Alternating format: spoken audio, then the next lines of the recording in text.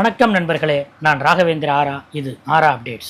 இன்று மே 21 முதலமைச்சர் விஜய் தலைமையிலான தமிழ்நாடு அமைச்சரவை விரிவாக்கம் செய்யப்பட்டிருக்கு. இந்த விரிவாக்கத்தில் இடம்பெற்ற அமைச்சர்கள் பற்றிய விவாதங்களும் இடம்பெறாதவர்கள் பற்றிய விவாதங்களும் ரெண்டு பக்கமுமே விவாதங்கள் சூடுபிடிச்சிருக்கு. இடம்பெற்றவர்கள் எப்படி இடம்பெற்றார்கள் என்பதும் இடம்பெறாதவர்கள் ஏன் இடம்பெறவில்லை என்பதும் முக்கியமான விஷயமாக இருக்கிறது. இது மட்டுமல்ல, இது அதிமுகவோடு சம்பந்தப்பட்ட ஒரு விவாதமாகவும் மாறி இருக்கு. ஏனென்றால் இன்றைக்கு மொத்தம் 23 அமைச்சர்கள் பதவி பிரமாணம் எடுத்துக்கொண்டிருக்கிறார்கள். ஆளுநர் அவர்களுக்கு பதவி பிரமாணம் செய்து வைத்திருக்கிறார். ஏற்கனவே மே 10 முதலமைச்சர் விஜய் உட்பட 10 அமைச்சர்கள் இந்த அமைச்சரவையில் இடம்பெற்றனர். அதற்கு பிறகு இப்போது 23 மொத்தம் 33 அமைச்சர்கள் இப்போது இடம்பெற்றுவிட்டனர். இதில் கடந்த 59 ஆண்டுகால வரலாற்றிலே முதல் முறையாக காங்கிரஸ் கட்சியிலிருந்து 2 சட்டமன்ற உறுப்பினர்கள் தமிழ்நாடு அமைச்சரவையில் இடம்பெறுகிறார்கள். அதாவது என் தலைமுறை, எனக்கு முந்தைய தலைமுறை பார்த்திராத ஒரு விஷயமாக இது இருக்கும். 67க்கு பிறகு காங்கிரஸ் அமைச்சர்கள் என்ற ஒரு வார்த்தை பிரயோகமே இந்த மாநிலத்தில் இல்லை. இப்படிப்பட்ட நிலையில் இன்றைக்கு காங்கிரஸ் கட்சியிலிருந்து ராஜேஷ்குமார், விஸ்வநாதன் ஆகிய 2 பேர் அமைச்சராகி இருக்காங்க. அதுவும் நாம் ஏற்கனவே சொன்னது போல மே 21 ராஜீவ்காந்தி நினைவு தினத்தில் தமிழ்நாட்டிலே காங்கிரஸை வளர்க்க வேண்டும், காமராஜர் ஆட்சியை மலர வைக்க வேண்டும் என்கிற அவர்களது அந்த கனவுக்கு ஒரு முதல் படியாக ராஜீவ்காந்தியுடைய நினைவு தினத்தில் இந்த பதவியேற்பு விழாவே வைக்கப்பட்டிருக்கிறது என்பது காங்கிரஸ் கட்சிக்கு விஜய் எவ்வளவு முக்கியத்துவம் தர்றாரு அப்படிங்கிறதுக்கு ஒரு உதாரணம். இது ஒரு பக்கம். இன்னொரு பக்கம் விடுதலை சிறுத்தைகள் கட்சி மீண்டும் மீண்டும் நாங்கள் ஆலோசிக்கிறோம் சொல்லிக்கிட்டே இருக்காங்க. இன்று பிற்பகலில் கூட திமுக தலைவர் திருமாவளவன் எங்களை அமைச்சரவையில் சேர அழைப்பு விடுத்திருக்கிறார்கள். நாங்கள் நிர்வாகிகளுடன் கலந்து ஆலோசித்து முடிவு செய்வோம் என்று சொல்லியிருக்கிறார். அதே நேரத்தில் இந்திய யூனியன் முஸ்லீம் லீக் இன்று காலை அதனுடைய நிர்வாக குழு கூட்டம் கூடி விஜய் அமைச்சரவையில் பங்கேற்பது என முடிவு செய்திருக்கிறாங்க.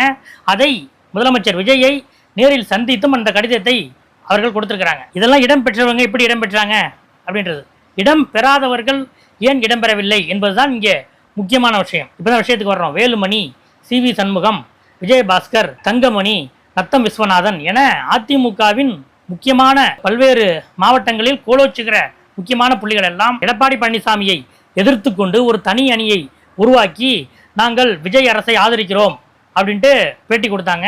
மே 13 சட்டமன்றத்திலே விஜய் அரசு மீதான நம்பிக்கை வாக்கெடுப்பை முதலமைச்சர் மொழிந்த நிலையில் எடப்பாடி பழனிசாமி அவர் தலைமையிலான 22 அதிமுக சட்டமன்ற உறுப்பினர்கள் விஜய் அரசுக்கு எதிராக வாக்களித்தாங்க. ஆனால் வேலுமணி தலைமையிலான 25 MLAக்கள் விஜய் அரசுக்கு ஆதரவாக வாக்களித்தாங்க. அந்த சட்டமன்றத்திலேயே எடப்பாடி பழனிசாமி அவர்கள் ஒன்றை குறிப்பிட்டார். சிலருக்கு அமைச்சர் பதவி, வாரிய பதவி என்றெல்லாம் ஆசை வார்த்தை காட்டி நீங்கள் எங்கள் கட்சியை உடைக்க பார்க்கிறீர்கள். முதலமைச்சர் விஜய் எங்கள் கட்சியில் ஒரு பிரிவாக இருக்கும் சிலரை நேரில் சென்று சந்தித்தது ஒரு சரியான முன்னுதாரணம் அல்ல என்று சட்டமன்றத்திலேயே எடப்பாடி சொன்னார். ஆனாலும் அதுக்கு CV சண்முகம் என்ன சொன்னாரு, அரசியலுக்குன்னு வந்துட்டா எதுக்கு வரோம், அமைச்சர் பதவிக்கு தானே வர்றோம் என்று ஓப்பனாக போட்டு உடைத்தார். ஆக ஒரு 7 அல்லது 8 அமைச்சர்கள் நமக்கு தருவார்கள் என்ற நப்பாசையில், என்ற நம்பிக்கையில் வேலுமணி உள்ளிட்ட அந்த 25 சட்டமன்ற உறுப்பினர்களும் எடப்பாடி பழனிசாமியை எதிர்த்து கொண்டு விஜய் அரசை ஆதரித்தனர். அதிலே கட்சித்தாவல் தடை சட்டத்தின்படி இவர்கள் மீது நடவடிக்கை எடுக்க வேண்டும் என்று எடப்பாடி தரப்பினர் சபாநாயகரிடம் புகார் கொடுத்தார்கள். பதிலுக்கு வேலுமணி தரப்பினரும் நாங்கள் தான் உண்மையான அதிமுக என்று சபாநாயகரிடம் மனு கொடுத்தார்கள். இப்படிப்பட்ட இந்த நிலையில் விஜய் அதிமுகவின் ஒரு கோஷ்டியை அமைச்சரவையில் இணைத்து கொண்டால் அது குதிரை பேரம் செய்தது. அவர் குதிரை பேரத்தில் ஈடுபட்டார். இந்த அரசை காப்பாற்ற ஓட்டுகளை வாங்க அவர் குதிரை பேரத்தில் ஈடுபட்டார் என்பது உண்மையாகிவிடும்.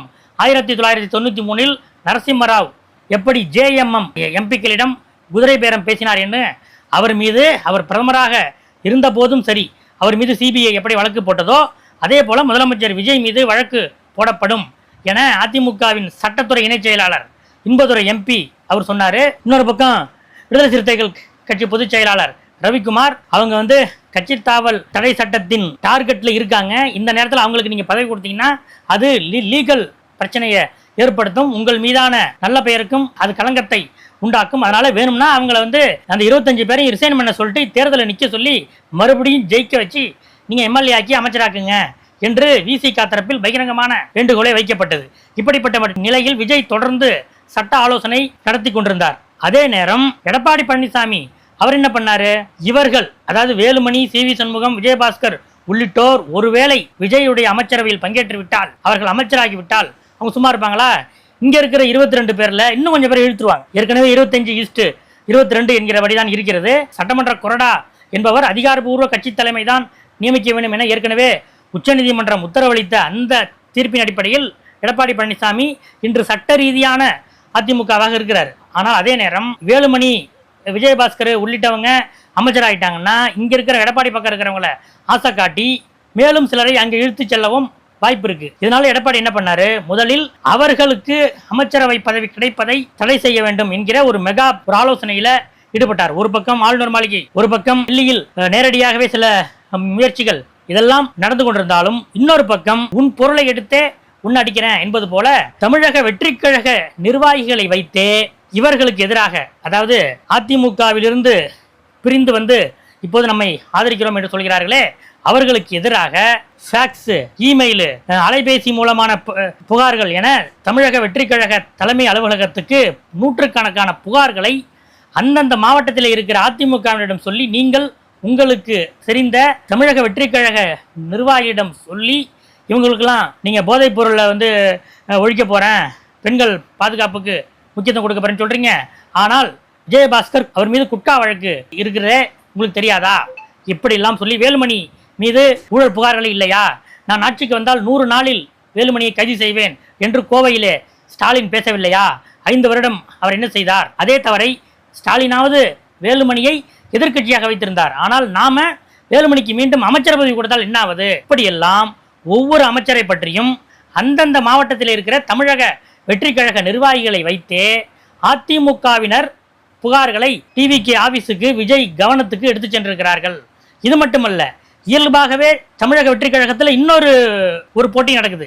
அதாவது காலங்காலமாக விஜய் ரசிகர் மன்றம், விஜய் மக்கள் இயக்கம், இப்படி கடந்த 25-30 ஆண்டுகளாக அங்கேயே இருந்து வியர்வை சிந்தி உழைத்தவர்களுக்கு அமைச்சர் பதவியா, அல்லது தேர்தலுக்கு முன்பு எப்படியும் டிவிகே ஜெயிச்சிடும் அப்படின்ற நம்பிக்கையோட தேர்தலுக்கு முன்பு ஒட்டி கொண்ட வேற கட்சிக்காரர்களுக்கு அமைச்சர் பதவியா, அல்லது தேர்தலுக்கு அப்புறம் இவங்களுக்கு மெஜாரிட்டிக்கு நம்பர் கம்மியா இருக்கு, இப்ப போனா நமக்கு ராஜ மரியாதை கிடைக்கும் என்று பதவி ஆசை எதிர்பார்த்து தேர்தலுக்கு பிறகு வந்தவர்களுக்கு அமைச்சர் பதவியா என்ற 3 கேட்டகரியில் ஒரு முக்கோண மோதல் ஒவ்வொரு மாவட்டத்திலும் தமிழக வெற்றிக் கழக வட்டாரத்திலே நடந்துகிட்டு இருக்கு.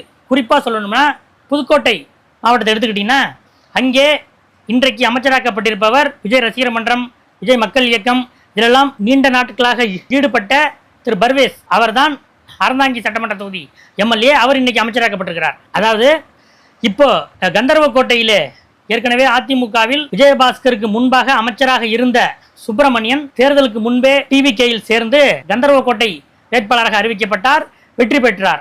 அவரும் அமைச்சர் பதவிக்கு முயற்சி செய்தார். அவரும் தமிழக வெற்றிக் கழக எம்எல்ஏ தான் புதுக்கோட்டை மாவட்டத்தில்.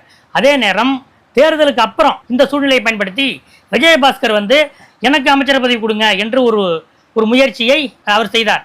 ஆக இந்த காலங்காலமாக விஜய் மக்கள் இயக்கம், விஜய் ரசிகர் மன்றம் இவற்றிலே இருந்து வந்தவர்களுக்கு அமைச்சர் பதவியா, அல்லது தேர்தலுக்கு முன்பே வேறு கட்சிகளில் இருந்து வந்தவர்களுக்கு அமைச்சர் பதவியா, அல்லது தேர்தலுக்கு பிறகு வந்தவர்களுக்கு அமைச்சர் பதவியா என ஒரு 3 கேட்டகரியை அடிப்படையாக வைத்து விஜய் ஒரு ஆலோசனை நடத்தி, இல்ல திமுக அதிமுக செஞ்ச தப்ப நாம செய்யக்கூடாது, அவங்க தான் வந்தாரை வாழ வைக்கும் திமுக, வந்தாரை வாழ வைக்கும் அதிமுக மாதிரி மாற்றான் தோட்டத்து மல்லிகைகளுக்கு அதிக முக்கியத்துவம் கொடுப்பாங்க, ஆனால் நாம் நமக்கு வேறாக இருப்பவர்கள், நம்முடைய விதையாக இருந்தவர்களுக்கு நாம வாய்ப்பு கொடுக்கணும் என்று சொல்லி புதுக்கோட்டையில் இப்போது பர்வேஸ் தான் அங்கே அமைச்சர். விஜய் ரசிகர் மன்றம், மக்கள் இயக்கம் இவற்றில் இருந்து வந்த பர்வேஸ் அமைச்சர்.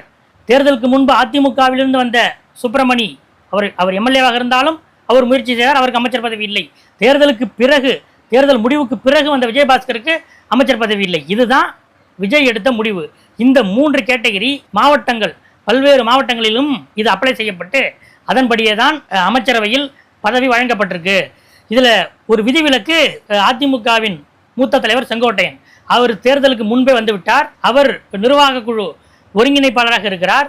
அவரோடு வந்த சத்யபாமாவுக்கு அமைச்சர் பதவி இல்லை. ஏன் திமுக அரசில் முதலமைச்சராக இருந்த ஸ்டாலினையே கொளத்தூர் தொகுதியில் தோற்கடித்த VS பாபுவுக்கு அமைச்சர் பதவி இல்லை. இப்படி 3 கேட்டகரியிலே விஜய் ரசிகர் மன்றம், விஜய் மக்கள் இயக்கம் இவற்றிலிருந்து வந்தவர்களுக்கு முன்னுரிமை அளித்து இந்த அமைச்சரவையை அமைத்திருக்கிறார் விஜய். அந்த வகையில் ஒரு பக்கம் எடப்பாடி போட்ட இந்த புகார் பிளான், இன்னொரு பக்கம் விஜயுடைய இந்த 3 கேட்டகரி பிளான், இதெல்லாம் சேர்த்து தான் வேலுமணி, CV சண்முகம், விஜயபாஸ்கர் உள்ளிட்டோர்களுக்கு அமைச்சர் பதவி மறுக்கப்பட்டிருக்கு. கிட்டத்தட்ட அவங்களோட அந்த அமைச்சரவை வாய்ப்புகளை விஜய் இப்போதைக்கு அடைச்சிட்டாரு அப்படின்னு சொல்லலாம். ஏன்னா 23 மொத்தம் 33 பேர் அமைச்சராயிட்டாங்க. இப்போதைய நிலவரப்படி 35 பேர் அமைச்சராகலாம். இன்னும் ஒருவர் இந்தியன் யூனியன் முஸ்லீம் லீக்லேருந்தும், இன்னும் ஒருவர் விடுதலை சிறுத்தைகள் கட்சியிலிருந்தும் அமைச்சராவார்கள் என்பதுதான் இப்போதைய இயல்பு. அதனால இப்போ ட்விஸ்ட் என்னன்னு கேட்டிங்கன்னா, இந்த பக்கம் இருக்கிறவங்க, அதாவது நம்ம அமைச்சர் பதவி ஆயிட்டா எடப்பாடி பக்கத்திலிருந்து இன்னும் சில எம்எல்ஏக்கள் இழுத்து விடலாம் என்று வேலுமணி கணக்கு போட்டார். ஆனால் இப்போ அது உல்டாவாகி இப்போ என்ன பண்ணிட்டாங்க, இந்த 25 பேர் இருக்காங்கல்ல, வேலுமணியை ஆதரித்த இந்த 25 எம்எல்ஏக்கள், அவங்க என்ன பண்ணிட்டாங்க, ஐயோ நம்ம எடப்பாடியோடு இருந்தாலாச்சு நம்ம அதிமுகவில் கௌரவமாக இருந்திருக்கலாமே, இப்போ உள்ளதும் போச்சு நொல்லக்கண்ணா அப்படின்ற மாதிரி இப்போ இவர்கிட்ட வந்துட்டோமே, இப்போ என்ன பண்ணுறதுன்னு தெரியாமல் அமைச்சரவையில் இடம் இல்லை என்று அறிந்த பிறகு வேலுமணி அணியிலே இருக்கக்கூடிய சுமார் 7 பேர் இன்றைக்கு மே 21ஆம் தேதியே அதிமுகவின் அதிகாரப்பூர்வமான, அதாவது எடப்பாடி பழனிசாமி தரப்பை அணுகி கொண்டிருக்கிறார்கள். நாங்கள் ரிட்டர்ன் வர்றோம், எங்களை ரிவெஞ்ச் பண்ணாதீங்க, நாங்கள் ரிட்டர்ன் வர்றோம் என்ற ஒரு மெசேஜை எடப்பாடிக்கு அனுப்பிவிட்டு இவர்கள் காத்திருக்கிறார்கள் என்பதுதான் இப்போதைய அப்டேட். இதுதான் இன்றைய அரசியல் அப்டேட்டாக இருக்கிறது. அடுத்தடுத்த அப்டேட்டுகளோடு உங்களை இன்னொரு வீடியோவில் சந்திக்கிறேன். நன்றி.